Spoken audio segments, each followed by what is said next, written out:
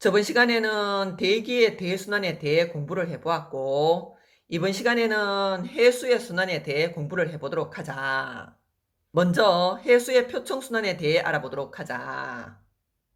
해수의 표층순환이 발생하는 원인은 지속적으로 부는 바람에 의해 발생하게 된다. 그래서 해수의 표층순환은 대기 대순환과 대륙의 영향을 받게 된다.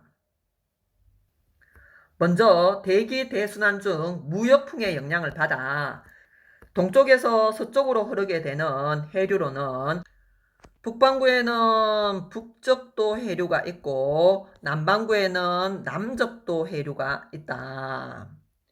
그리고 편서풍의 영향으로 서쪽에서 동쪽으로 흐르게 되는 해류로는 북반구에는 북태평양 해류와 북대서양 해류가 있고 남반구의 경우는 남극순환류가 있다. 그래서 무역풍과 편서풍에 의해 발생한 해류의 순환을 아열대 순환이라 하고, 북반구의 경우는 아열대 순환의 방향이 시계 방향이 되고, 남반구는 시계 반대 방향으로 북반구와 남반구에서 아열대 순환의 방향은 반대이다. 그리고 수온에 따른 표층 해류를 분류해 보면 난류와 한류로 분류할 수 있다. 난류는 저위도에서 고위도로, 그리고 한류는 고위도에서 저위도로 이동하는 해류를 얘기한다. 대표적 예로 난류에는 쿠로시오 해류가 있고 한류에는 캘리포니아 해류가 있다. 그림을 통해 한 번 더 설명을 해본다면 북반구의 경우는 무역풍에 의해 북쪽도 해류가 동쪽에서 서쪽으로 흐르게 되고 흘러가다 대륙을 만나게 되면 일부는 고위도로 이동하며 쿠로시오 해류를 형성하게 된다. 그리고 위도 30도와 60도 사이에서 편서풍의 영향을 받아 서쪽에서 동쪽으로 이동하는 북태평양 해류를 형성하게 되고 북태평양 해류가 대륙을 만나게 되면 적도 지방으로 흐르는 캘리포니아 해류를 형성하게 된다. 그래서 북반구의 경우는 아열대 순환이 시계 방향을 형성하게 되고 그에 반해 남반구의 경우는 남적도 해류에서 동오스트레일리아 해류 그리고 남극순환류에서 페류 해류로 이어지는 시계 반대 방향의 아열대 순환이 형성된다. 그리고 적도 해상에서는 무역풍에 의해 바닷물이 전체적으로 동쪽에서 서쪽으로 이동을 하다 보니 서쪽의 해수면이 높이가 높아지게 되고 그래서 반대 방향으로 적도 반류가 형성되게 된다. 북반구의 경우는 아열대 순환이 시계 방향으로 형성되는 반면 남반구의 경우는 시계 반대 방향으로 형성된다는 사실과 무역풍에 의해 북적도 해류와 남적도 해류가 형성되고 편서풍에 의해 북태평양 해류, 북대서양 해류, 그리고 남극순환류가 형성된다는 사실을 기억하고 다음으로 넘어가자. 이어서 사막화에 대해 알아보도록 하자.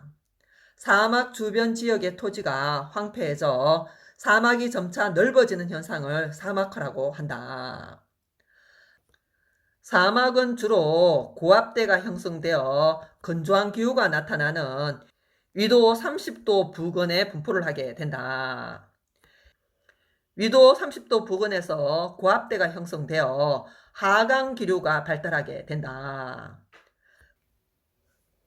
그래서 날씨가 맑고 건조하여 강수량이 적고 정발량이 많다 보니 사막이 많이 분포하게 된다. 그리고 사막화의 발생 원인에는 대기 대순환의 변화로 인한 강수량 감소 등의 자연적인 원인과 과잉 경작이나 지나친 산림 벌채 등의 인위적인 원인이 있다. 그리고 사막화가 진행되면 식수 및 식량이 부족해지고 황사 현상이 심화되고 생태계의 변화를 가져올 수 있으므로 우리는 대책을 세워야 한다.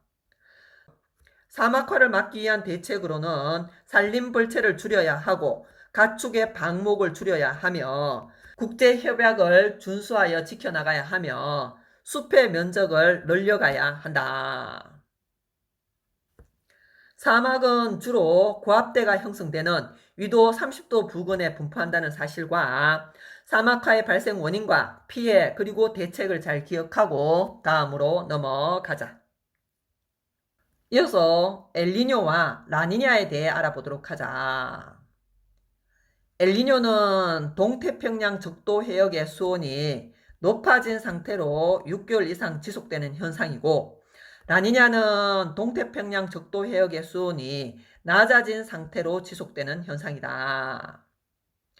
그러면 엘니뇨와 라니냐가 발생하는 원인에 대해 알아본다면 무역풍이 약화되게 되면 엘니뇨가 발생하게 되고 무역풍이 평상시보다 강화되면 라니냐가 발생하게 된다. 엘니뇨를 기준으로 설명을 해본다면 태평양 바다가 있고 태평양 바다의 동쪽과 서쪽이 있을 때 평상시에는 적도 부근의 따뜻한 해수가 무역풍에 의해 동쪽에서 서쪽으로 이동하게 된다. 그러나 무역풍이 약화되고 엘니뇨가 발생하게 되면 적도 부근의 따뜻한 해수의 서쪽으로의 이동이 약화되게 된다. 그러면 동태평양의 수온이 높아지게 되고 기온이 높아지게 되어 따뜻한 공기들은 위로 올라가는 상승 기류를 형성하게 되고 구름을 만들어 비를 내리게 한다. 그래서 엘니뇨가 발생하면 동태평양의 경우는 강수량이 증가하게 되고 홍수를 불러올 수 있는 반면 서태평양의 경우는 가뭄이 들게 된다. 그리고 엘니뇨가 발생하게 되면 적도 부근의 따뜻한 해수가 동쪽에서 서쪽으로 잘 이동을 못하게 됨으로써 동태평양에서는 바다 아래쪽에 있는 물이 위로 올라오는 용성 현상이 약화될 수밖에 없다. 한 번 더 적어본다면 엘니뇨는 무역풍이 약화되어 나타나게 되고 무역풍이 약화되면 적도 부근의 따뜻한 해수의 서쪽으로의 이동이 줄어들게 된다. 그래서 동태평양에서는 바다 및 찬 해수의 용성이 줄어들게 되고 동태평양의 수온이 높아지게 된다. 그러면 상승기류가 발달하게 되고 그래서 구름을 만들게 되고 동태평양의 강수량은 증가하게 되고 어획량은 감소하며 서태평양에는 가뭄이 발생할 수 있다.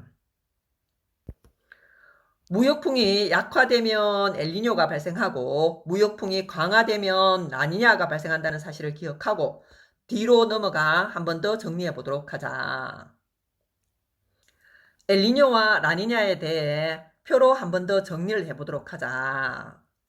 먼저 엘니뇨는 무역풍의 세기가 약화되어 적도 부근의 따뜻한 해수가 동쪽에서 서쪽으로 잘 이동하지 못하고 동쪽에 남게 된다.